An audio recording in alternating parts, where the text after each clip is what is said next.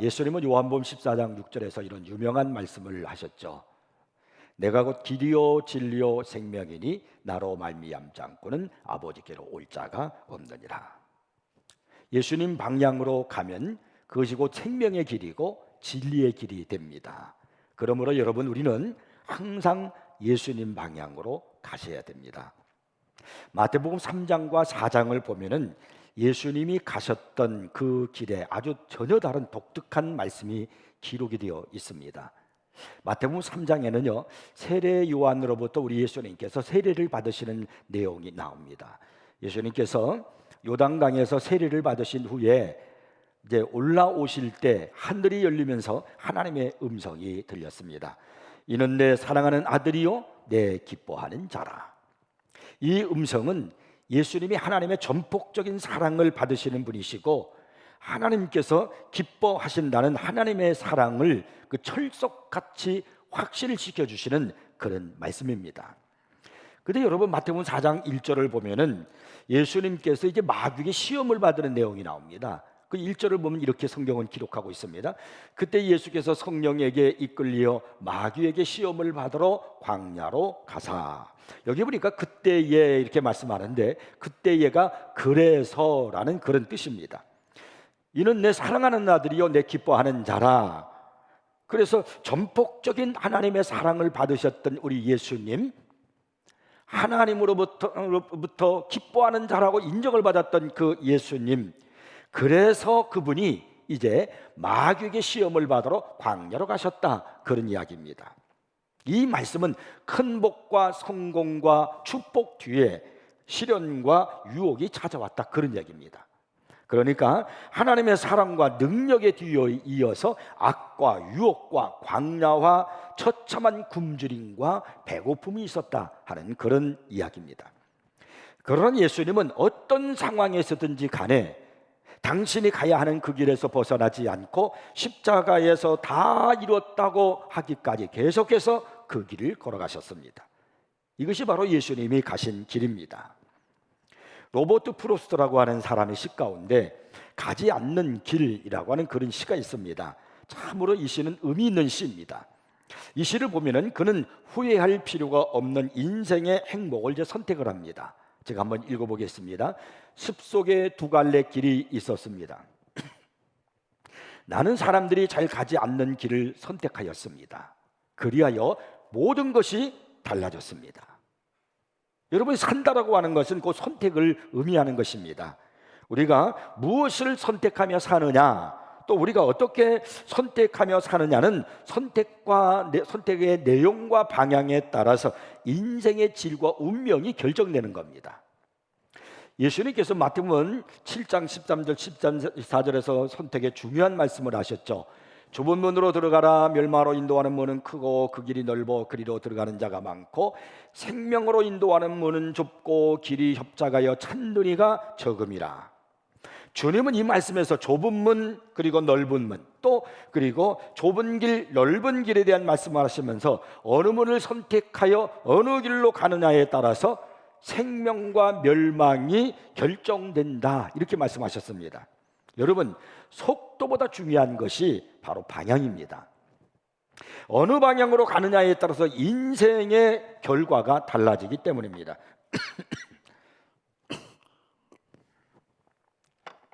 로버트 프로스트의 시처럼 사람들이 잘 가지 않는 그 좁은 문, 좁은 길을 선택했을 때 인생의 모든 것이 이제 달라집니다. 자, 오늘 본문 시편 1편은요, 시편 150편 전체의 방향을 제시하는 아주 중요한 시입니다. 이 시편 1편이 우리에게 말씀하시고자 하는 그 핵심의 내용이 무엇일까요? 본문은 복 있는 사람은 이렇게 말씀하니까 어떤 사람이 복을 받는 사람인가 이렇게 생각하기 쉽지만은 이 말씀은 그런 내용이 아닙니다. 여기 복 있는 사람이라고 하는 말은 예수 방향으로 가는 사람을 말하는 것입니다. 이 본문은 예수 방향으로 가는 사람과 그렇지 않은 사람을 비교하면서 우리에게 말씀해주고 있는 겁니다. 그러니까 하나는 의인이고 다른 하나는 악인입니다. 또 하나는 알곡이고 또 다른 하나는 쭉정입니다. 그러니까 이 시편 1편은 어떤 말씀이냐면 doing이 아니라 being에 대한 말씀입니다. 무엇을 했느냐 하는 것이 중요한 것이 아니고 어떤 사람이 되었느냐 하는 것이 중요합니다. 세상은 무엇을 성취했느냐로 그 사람을 평가하지만은 성경은 어떤 사람이 되어 있느냐에 대해서 초점을 맞추고 있다는 사실입니다. 어떤 사람이 예수 방향으로 가는 사람일까요? 본문은 그 사람을 복 있는 사람이라고 말씀하시면서 그 사람이 의인의 길을 가는 사람이다 이렇게 이제 말씀을 합니다. 자, 그러면 오늘 성경에서 말씀하는 예수 방향으로 가는 사람, 다시 말하면 복 있는 사람, 알고 그 사람은 어떤 사람인가라는 겁니다. doing이 중요한 것이 아니고 being이 중요하다고 했어요. 내가 어떤 사람이 되느냐 하는 것이 중요한 겁니다. 다시 말하면 내가 어떤 방향으로 가느냐, 예수 방향으로 가고 있는 사람인가 하는 것이 중요하다, 그런 이야기입니다. 자, 그러면 예수 방향으로 가는 사람은 어떤 사람일까? 오늘 성경에 보니까 첫째로 세 가지의 길을 가지 않는 사람이다 이렇게 말씀합니다. 1절을 한번 읽어보겠습니다. 복 있는 사람은 악인들의 꾀를 따르지 아니하며 죄인들의 길에 서지 아니하며 오만한 자들의 자리에 앉지 아니하고. 여기 보니까 복 있는 사람 이렇게 말씀하고 있잖아요. 자, 근데 이 복 있는이라는 이 단어를 보니까 히브리 원어를 보니까요, 아쉬레라는 그런 단어를 쓰고 있어요. 이 뜻이 바로 뭐냐면 곧다, 똑바로 걷다, 그런 말이에요. 복 있는이라는 말이 그런 말입니다. 그러니까 복 있는 사람, 이 말은 똑바로 걷는 사람, 바르게 걷는 사람, 곱게 걷는 사람, 바로 이런 말입니다. 다시 풀이해서 말하면 하나님께서 제시하신 삶의 길을 똑바로 걸어가는 사람, 그 사람이 바로 복 있는 사람입니다. 다시 말하면 또 예수 방향으로 가는 사람, 바로 그런 이야기이기도 합니다. 하늘이나 길에는 다 길이 있습니다. 그래서 바다의 배나 하늘의 비행기가 그냥 가는 것 같지만은 다 자기의 길을 따라가는 것입니다. 만약 이 배나 비행기가 그 항로를 이탈해서 엉뚱한 방향으로 가게 되잖아요. 그러면 배는 암초에 부딪히기가 쉽고요, 그리고 비행기는 미사일에 격추되어서 떨어지기가 쉽습니다. 이 배나 비행기는 반드시 정해진 길로 가야 합니다. 의인, 복 있는 사람이 바로 그렇습니다. 그 사람은 마찬가지로 하나님께서 제시하신 길을 반드시 가야 하는데, 오늘 성경 1절에서는 가지 말아야 할 길 세 가지를 우리에게 말씀하고 있다는 겁니다. 예수 방향으로 가는 사람들이 가지 말아야 할 길 세 가지, 그것이 무엇일까요? 오늘 첫째로 보니까 악인들의 꾀를 따르지 말라는 겁니다. 어떻게 하는 것이 악인들의 꾀를 따르지 않는 것일까요? 이 악인을 자꾸 도덕적인 의미로만 여러분 생각하지 마십시오.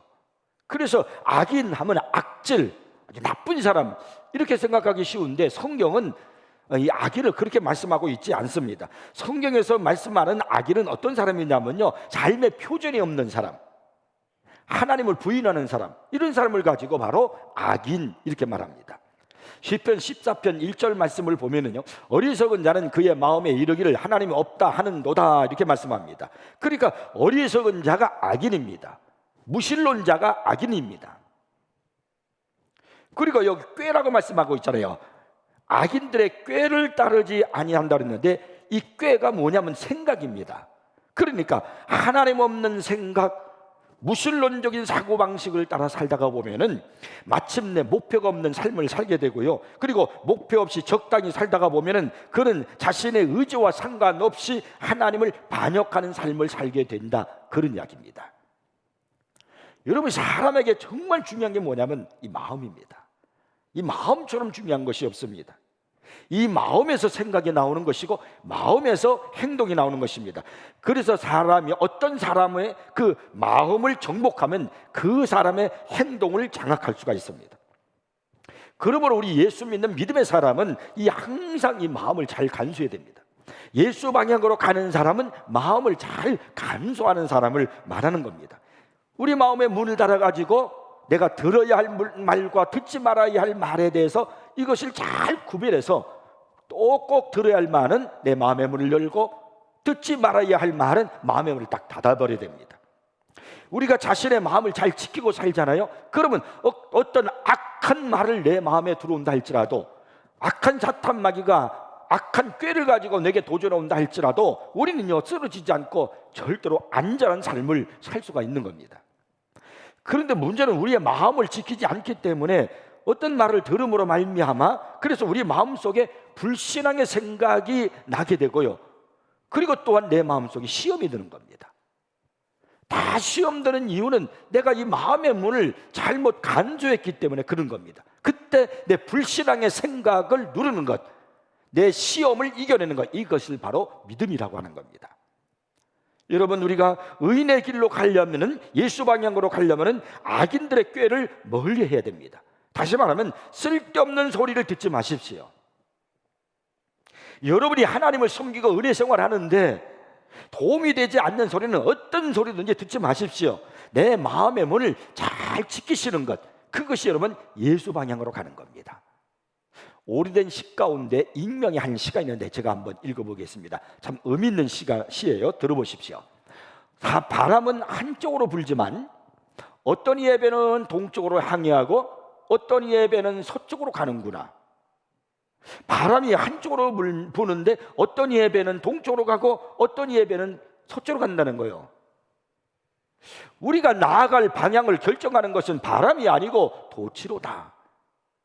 참 여러분, 얼마나 의미 있는 그런 시입니까? 우리가 나아갈 방향을 결정하는 것은 바람이 아니고 도치라는 것입니다. 이 도치라는 것이 무엇을 말하는 것입니까? 우리의 신앙적 결단을 말하는 거예요. 내 마음의 결단을 말하는 겁니다. 바람이 한쪽으로 불면 모든 배가 다 한쪽으로 갈 거 아니에요? 근데 이 시는 그렇게 말하지 않아요. 바람이 한쪽으로 불지만 어떤 이의 배는 동쪽으로 가고 어떤 이의 배는 서쪽으로 간다는 거예요. 왜 그러냐? 내 마음의 신앙적 결단에 따라서 바람이 아무리 불어도 가는 방향이 달라진다는 겁니다. 성경을 보면 의인의 길을 걸어간 사람들의 특징이 바로 뭐냐면 신앙적 결단을 가진 사람들이었다는 겁니다. 창세기 28장 20절에 보면은 야곱이 소원하여 이르되 라는 그런 표현이 나옵니다. 이것은 야곱이 결단하여 이르되 라는 그런 말이기도 합니다. 야곱은 루스 들판에서 이런 결단을 했기 때문에 하나님과 동행하는 삶으로 인생을 살아갔습니다. 물론 야곱이 항상 언제나 하나님의 참된 사람의 모습으로 살아간 것은 아니지만은요, 그럼에도 불구하고 그가 끝까지 복의 사람으로, 믿음의 조상으로 예수 방향으로 갈 수 있었던 것은 그가 바로 루스 들판에서 선했기 때문에, 결단을 하는 마음을 가졌기 때문에 그가 그렇게 살 수 있었던 겁니다. 다니엘서 1장 8절을 보면요, 다니엘은 뜻을 정하여 라는 그런 말씀으로 다니엘이 그 악한 시대 속에 살고 있음에도, 바벨론에서 포로로 잡혀가서 우상 숭배하고 어려운 시대를 살고 있음에도 불구하고 믿음으로 살겠다고 굳게 그가 마음으로 정하다 보니까 하나님께서 그를 도와주셔서 그런 시대 속에서 그가 믿음의 사람으로, 예수 방향으로 가는 사람으로 살 수 있었다는 겁니다. 우리 예수님도 굳게 결단하셨다는 사실을 알고 계시죠? 누가복음 9장 51절 말씀 보면 예수께서 승천하실 기억이 차감해 예루살렘을 향하여 올라가기로 굳게 결심하시고 이렇게 말씀합니다. 예수님은 당신이 가시고자 하는 그 길을 굳게 강철 같은 의지의 결단을 통해서 십자가를 향한 한 걸음 한 걸음을 나아가신 겁니다. 십자가 위에서 십자가에 못 박혀 죽으시며 다 이뤘다 그 일을 이룰 때까지 주님은 굳게 결심하시고 그 길을 가신 겁니다. 물론 주님이 그 길을 가시기까지 많은 조롱도 있었고 핍박도 있었고 또 사람들로부터 여러 가지 어려움도 있었습니다. 제자들로부터 배신당하는 아픔도 있었습니다. 그러나 예수님은 마음을 굳게 하시고 그렇게 삶의 신앙에 돛을 다시고 그리고 그 길을 계속 하셨던 겁니다. 사도 바울이 왜 위대한 하나님의 종이 되었는가? 고린도전서 2장 2절 말씀을 보면 그 사실을 우리가 알 수 있습니다. 내가 너희 중에서 예수 그리스도와 그가 십자가에 못 박히신 것 외에는 아무것도 알지 아니하기로 작정하였음이라. 마음에 결단했다는 거예요. 이런 사도 바울의 결심이 있었기 때문에 바울은요, 학식 높은 철학자들에 의해서 휘둘리지 않았고요, 사람들이 어리석은 것으로 여기는 복음에 담대히 그 복음을 전할 수 있었던 겁니다. 사실 그는 당대 최고의 지식인 중에 하나였지만은 복음을 위해서 스스로 무식한 사람이라는 평판을 기꺼이 감수했던 사람이 바로 이 바울입니다. 왜? 그는 마음에 결단했기 때문에 그렇습니다. 성경에는 이와 같이 하나님의 뜻을 행하겠다는 굳은 결심을 통해서 높은 영성의 수준에 이른 사람들이 많이 나옵니다. 여러분, 예수님의 방향으로 가고자 오늘 돛을 올리시기를 바랍니다. 신앙적 결단의 마음을 갖는 여러분이 되기를 주님의 이름으로 축복합니다. 그러면 어느 방향으로 내게 바람이 불어온다 할지라도, 그것이 유혹의 바람이요 핍박의 바람이요 시험의 바람이 분다 할지라도 우리는 항상 예수 방향으로 갈 수가 있습니다. 우리의 모든 행동은 마음에서 나오는 거예요. 그래서 잠언서 4장 23절 유명한 말씀 있지 않습니까? 모든 지킬 만한 것 중에 더욱 내 마음을 지키라. 생명의 근원이 이에서 남이라고 그랬습니다. 여러분 잊지 마십시오. 예수 방향으로 가는 사람들은 악인들의 꾀를 따르지 아니하는 사람들입니다. 자, 그럼 두 번째로 예수 방향으로 가는 사람에 대해서 두 번째 가지 말아야 할 길을 말씀하는데, 죄인들의 길에 들어서지 말라는 거예요. 여기에 죄인들의 길이라는 것은요, 마음에 든 생각을 실제로 행동을 옮기는 것을 말합니다. 어떻게 해서 여러분 사람이 죄를 짓게 될까요? 그것은 좋지 않은 생각이 충동을 받아서 그래서 행동으로 옮겨지기 때문에 그렇습니다. 이 행동은 마귀가 그 사람의 마음에 생각을 불어넣기 때문에 그런 겁니다. 가룟 유다가 왜 예수님을 팔았습니까? 요한복음 13장 2절에 보니까 마귀가 벌써 시몬의 아들 가룟 유다의 마음에 예수를 팔려는 생각을 넣었더라, 그렇게 말씀합니다. 그러니까 이 마귀가 예수를 팔려는 그 생각을 가룟 유다의 마음에 넣은 거예요. 그러니까 이 가룟 유다의 마음 속에 이 사탄이 예수를 팔려는 생각을 싹 집어넣었어요. 그 마음을 잘 닫아야 되는데 이 가룟 유다가 그렇지 못했어요. 그 생각을 행동으로 옮겼기 때문에 예수님을 바로 팔게 된 겁니다. 오늘도 이렇게 여러분, 사탄은 여러분의 마음을 자꾸 자극을 해서 죄를 짓도록 충동질을 합니다. 의심을 증폭시키기도 하고, 분노를 극대화시키기도 하고, 시험에 빠지기도 하고. 왜 그러냐면 이 사탄이 자꾸 내 마음을 자극해서 그래서 행동으로 옮기게 만든다, 그런 말입니다. 우리는 이러한 충동에 빠지지 않도록 우리가 늘 내 마음을 지키고, 그리고 예수 방향으로 가는 그런 믿음 생활을 해야 됩니다. 내가 예수 방향으로 가는 가장 중요한 두 번째 길이 바로 뭐냐면 죄인들의 길에 들어서지 않는 거예요. 악한 생각에 빠지지 마시고 행동으로 옮기지 않는 것입니다. 이것이 바로 예수 방향으로 가는 겁니다. 그 다음에 세 번째는요, 세 번째 하지 말아야 될 게 바로 뭐냐면 오만한 자들의 자리에 앉지 말라, 이렇게 말씀하고 있습니다. 여기 오만한 자는요, 조롱하는 자들, 이런 말입니다. 그래서요, 하나님의 진리와 공의를 조롱하는 자들을 말하는 겁니다. 하나님의 뜻에 순종하며 믿음으로 사는 사람을 조롱하는 사람들을 말하는 겁니다.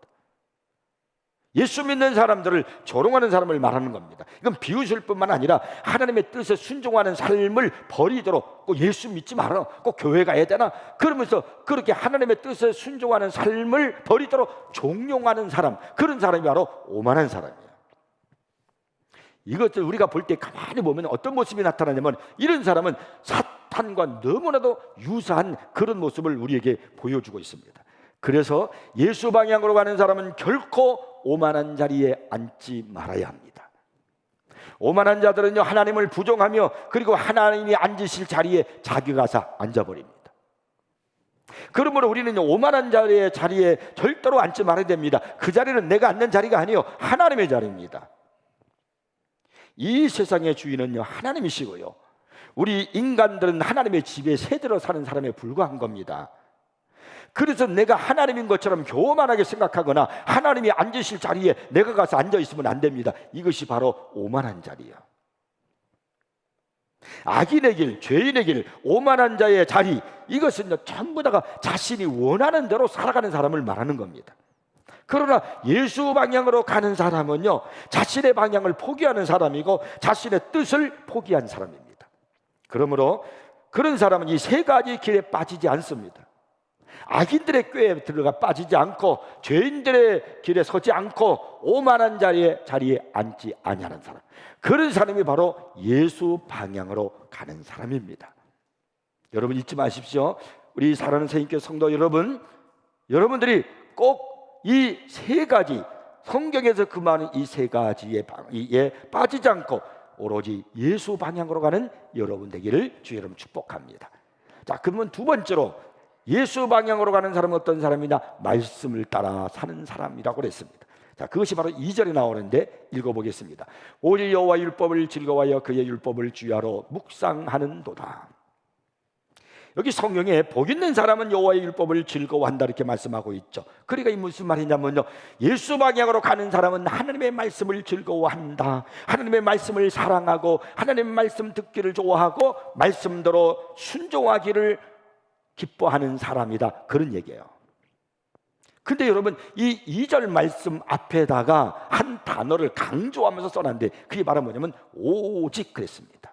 오직 여호와의 율법을 즐거워하여 그의 율법을 주야로 묵상하는 자로다. 이 오직이라는 말이 무슨 말이냐면요, 진실로 그런 말이에요. 그러니까 진실로 여호와의 율법을 즐거워하여 그의 율법을 주야로 묵상하는도다. 다시 말하면 진실로 하나님의 말씀을 사랑하고 듣기를 즐거워하며 순종하는 사람, 그 사람이 예수 방향으로 가는 사람이다, 복 있는 사람이다, 그 사람이 알곡이고 의인이다, 그런 이야기입니다. 근데 왜 성경은 여호와 율법이라고 이렇게 말씀하고 있을까요? 하나님을 칭호하는 이름에는 여러 가지가 있는데요, 그 중에 하나가 여호와라는 이름의 뜻입니다. 이 여호와라는 이름은 과거에도 계셨고 지금도 계시고 앞으로도 계실 분, 그런 뜻입니다. 그러므로 이 시편 기자가 그냥 율법이라 이렇게 말씀하지 않고 여호와의 율법이라고 말씀한 것은요, 이 말씀의 성격을 나타내고 있는 겁니다. 다시 말하면 말씀의 동일성을 의미하는 것입니다. 옛날 사람들도 이 말씀을 따라 살 때 행복했고 지금 이 시대 사람들도 이 말씀을 붙들고 살면 행복할 수 있다는 얘기고요, 미래에 살아갈 사람들도 이 말씀을 붙들고 살면 행복해진다, 그런 이야기입니다. 모든 사람의 육체는 풀의 꽃과 같아서 풀은 마르고 꽃은 시들지만 하나님의 말씀은 세세토록 있다라고 베드로전서에서 말씀하고 있습니다. 그래서 오늘 내가 이 말씀을 붙들고 살잖아요. 그러면 옛날 그 믿음의 조상들이 받았던 그 복, 그 행복, 그것처럼 오늘 우리도 그렇게 살아가게 될 것이다, 그런 말입니다. 그것이 바로 여호와의 율법입니다. 바로 예수 방향으로 가는 사람은 어떤 사람이냐? 하나님의 말씀을 즐거워하는 사람이에요. 기뻐하는 사람이에요. 여러분은 하나님의 말씀을 여러분의 마음의 속에서 흥분시키고 그리고 기쁘고 즐겁게 하고 있습니까? 하나님의 말씀을 듣는 것이 막 즐겁습니까? 행복합니까? 성경을 보는 것이 그렇게 즐겁습니까? 아니면 말씀을 들을 때에 졸리기부터 하지는 않은지요? 밤에 잠이 안 올 때에 잠이 오게 하기 위해서 성경책을 혹시 펼치시지는 않는지요? 예수 방향으로 가는 사람의 특징이 뭐냐면요, 하나님의 말씀이 그렇게도 좋을 수가 없어요. 하나님의 말씀 듣는 것이 그렇게도 행복할 수가 없어요. 다윗은요, 이 하나님의 말씀이 얼마나 좋은지 시편 19편 10절에 이렇게 말하고 있습니다. 금 곧 많은 순금보다 더 사모할 것이며 꿀과 송이꿀보다 더 달도다. 얼마나 하나님의 말씀이 좋으면요, 순금보다 더 좋다는 거예요. 하나님의 말씀 듣는 것이 얼마나 행복하면요, 얼마나 기쁘면요, 꿀송이보다 더 달다는 겁니다. 시편 119편도 103절 말씀 보니까 주의 말씀의 맛이 내게 어찌 그리 단지요 내 입에 꿀보다 더 다니다, 이렇게 말씀합니다. 저는 여러분에게 묻고 싶어요. 여러분도 하나님의 말씀이 꿀보다 더 달게 여겨지십니까? 하나님의 말씀을 순금보다 더 귀하게 여기십니까? 그리고 여기 성경에 보니까 의인은, 예수 방향으로 가는 사람은 여호와의 율법을 묵상한다고 이렇게 말씀하고 있습니다. 이 묵상한다는 것은 조용히 그냥 있는다, 눈 감고 있는다, 그런 얘기가 아니고요, 이 말씀을 의미 있게 깊이 생각하고 자신에게 그 말씀을 적용시키는 것을 말하는 겁니다. 하나님의 말씀은 반석처럼 영원토록 변하지 않습니다. 그러므로 여러분, 그 하나님의 말씀에 내 인생을 붙들어 매고 살면은 여러분의 세상에서 가장 강한 자로 살아갈 수가 있습니다.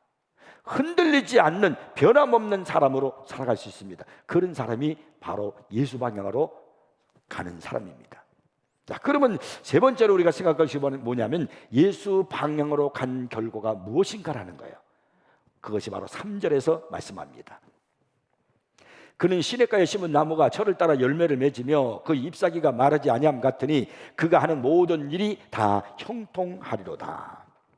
이스라엘 팔레스타인에 가면은요, 한철 동안은 잘 자라다가도 건기가 되면 말라서 죽는 나무가 굉장히 많았습니다. 그런데 언제나 푸르게 잘 자라는 나무들이 있는 곳이 있었어요. 사시살철 항상 푸릅니다. 그리고 꽃을 피우고 열매를 맺는 그런 곳이 있었습니다. 그것은 역시 샘곁이나 마르지 않냐는 시냇가에 심겨진 나무들이었습니다. 여기 3절에서 예수 방향으로 가는 사람을 뭐라고 표현하냐면 시냇가에 심겨진 나무와 같다고 이렇게 말씀합니다. 그래서 어떤 가뭄이나 태풍에도 흔들림이 없이 항상 푸르르고 철을 따라서 열매를 맺는다는 거예요. 근데 악인의 삶은 그렇지 않습니다. 예수 방향이 아닌 다른 길로 살아가는 사람은 그렇지 않다는 거예요. 그것을 4절에서 이렇게 말씀하고 있습니다. 악인들은 그렇지 아니함이요 오직 바람에 나는 겨와 같도다. 그러니까 성경은 두 사람을 비교하는 거예요. 두 가지를 대조하면서 말씀하고 있잖아요. 하나는 시냇가에 심겨진 나무이고 다른 하나는 바람에 날리는 겨입니다. 시냇가에 심겨진 나무는 예수 방향으로 가는 사람이고 바람에 날리는 겨는 예수 방향이 아닌 딴 길로 가는 사람이에요. 시냇가에 심겨진 나무는 의인이고 복 있는 사람이고요. 그리고요, 이 바람에 나는 겨는 악인입니다. 여기 성경에 보니까 이 악인과 의인, 시냇가에 심겨진 나무하고 바람에 나는 겨를 두 개를 서로 이렇게 대조를 하면서 이제 말씀을 하는데요, 평상시 때는 잘 몰라요. 평안할 때는 알 수 없습니다. 그러나 인생이 항상 순풍에 돛을 단 배처럼 그렇게 살아가는 게 아닙니다. 풍랑을 만날 때가 있습니다. 비바람을 만날 때가 있습니다. 경제적 기근이 들 때가 있습니다. 그때 시냇가에 심겨진 나무하고 바람에 나는 겨의 모습이 확연하게 드러난다는 겁니다. 바람이 불면 알아요. 예수님은요, 이것을요, 마태복음 7장에서 반석 위에 지은 집과 모래 위에 지은 집의 비유로 우리에게 말씀해 주셨습니다. 말씀을 따라가는 사람, 예수 방향으로 가는 사람을 뭐라 그러냐면 반석 위에 집을 지은 사람이다 그랬고요. 그리고 예수 방향이 아닌 다른 길로 가는 사람, 말씀 따라 살지 아니하는 사람은 모래 위에 집을 지은 사람이다, 이렇게 지금 주님이 말씀했습니다. 근데 비가 내리고 장수가 나고 바람이 부니까 그때 반석 위에 지은 집은 그대로 있지만은 모래 위에 지은 집은 무너짐이 심하다라고 그렇게 말씀합니다. 저는 여러분에게 묻고 싶어요. 여러분은 반석 위에 집을 지은 사람 같은 신앙생활 하십니까? 모래 위에 집을 짓는 사람처럼 신앙생활 하십니까? 예수 방향으로 가십니까? 아니면 예수 방향이 아닌 딴 길로 가십니까? 여러분은 의인이십니까? 말씀을 따라 사십니까? 아니면 말씀을 벗어난 그런 삶을 사십니까? 평상시 때는 몰라요. 바람이 불면 압니다. 어려움이 오면 압니다. 이렇게 성경에서 분명히 4절에서 악인은 바람에 나는 겨와 같다고 그랬거든요. 우리가 알곡과 쭉정이를 구분하기 위해서 뭐라면 키질을 한단 말이에요. 근데 키질을 막 바람질을 합니다. 그러면요, 알곡은 자꾸 앞으로 오는데 이 쭉정이는 자꾸 바깥으로 날아가 버립니다. 지금 우리는 이 코로나19라고 하는 이런 풍랑 속에, 바람 속에 지금 살아가고 있습니다. 예수 방향으로 가는 사람은, 알곡인 사람은 이럴 때 더 주님 앞에 더 가까이 옵니다. 더 예수를 잘 믿고 이럴 때 어려울수록 말씀대로 살기 위해서, 주님 뜻대로 살기 위해서 주님을 붙들고 십자가를 바라보며 삽니다. 그러나 그렇지 않는 사람, 예수 방향이 아닌 다른 길로 가는 사람은요, 이럴 때 어떻게 되느냐? 자꾸 주님과 멀어져요. 예배와 멀어져요. 교회와 멀어집니다. 자, 오늘 여기 5절 말씀 보니까 악인의 삶의 결과가 무엇인가를 말씀하는데요, 그러므로 악인들은 심판을 견디지 못하며 죄인들이 의인들의 모임에 들지 못하리로다, 이렇게 말씀합니다. 악인의 삶의 결론은 뭐냐면 심판입니다. 6절을 보시면요, 또 뭐라고 마지막 하나님의 결론을 말씀하는데, 무릇 의인들의 길은 여호와께서 인정하시나 악인들의 길은 망하리로다, 이렇게 말씀합니다. 결국 뭐냐면 하나님께서 인정하시는 삶이냐 아니면 심판받는 망하는 삶이냐, 바로 그것입니다. 여러분은 하나님께서 인정하시는 그 길을 가십니까? 아니면 망해버릴 인생의 길을 가십니까? 여러분은 시냇가에 심겨진 나무이십니까? 바람에 나는 겨이십니까? 여러분, 예수 방향으로 가십시오. 하나님의 말씀을 따라 살아가시기를 바랍니다. 하나님의 말씀에 순종하느냐 순종하지 않느냐에 따라서 그 사람의 영원한 운명이 달라지고요, 삶의 형편에 따라서 그 사람의 삶의 모습이 달라진다는 거예요. 유명한 한 자연 연구가가 그의 책에서 깊이 150피트에서 200피트까지 자라고요, 해양 파도에 표류하는 한 해조 이야기를 하고 있습니다. 그 해조의 줄기는 두께가 한 1인치 정도밖에 안 돼요. 한 요만큼밖에. 근데 이것이 자라가지고 막 크게 막 한 어느 정도 하면 45m부터 60m까지 그렇게 자라요, 이 해조류가. 그런데 이제 풍랑이 일 때가 있잖아요. 막 폭풍이고 풍랑이 있는데 이 해조류가 막 그러면 이것이 해안가로 막 끌려서 이렇게 뽑혀 나가야 될 것 같은데 여전히 거칠게 몰아치는 파도에도 견디어내더라는 거예요. 아주 연약해 보이는 이 식물의 놀랄만한 그 인내와 파도의 압력에도 버텨내는 비결이 뭘까? 그래서 이 해양학자가 그것을 연구를 해봤더니 이 해조류의 깊이를 따라서 쭉 내려가 보니까 이 가난한 식물이 바다 밑바닥에 있는 바위들에 견고히 붙어 있더라는 거예요. 바위에 견고히 붙어 있다 보니까 어떤 폭풍이 몰아치고 어떤 파도가 몰아쳐도 이 해조류는 끊어져서 떠내려가는 것이 아니에요. 그냥 가만히 항상 붙어 있고 변함없이 거기에 있더라는 겁니다. 어떤 파도도 어떤 풍랑도 견디어내더라는 겁니다. 왜? 이 바위에 붙어 있기 때문이라는 거예요. 영원토록 변함없는 반석이신 우리 하나님께 여러분의 인생의 닻을 내리십시오. 우리는 그러면 어떤 시달림이나 어떤 고난의 폭풍도 견뎌낼 수 있습니다.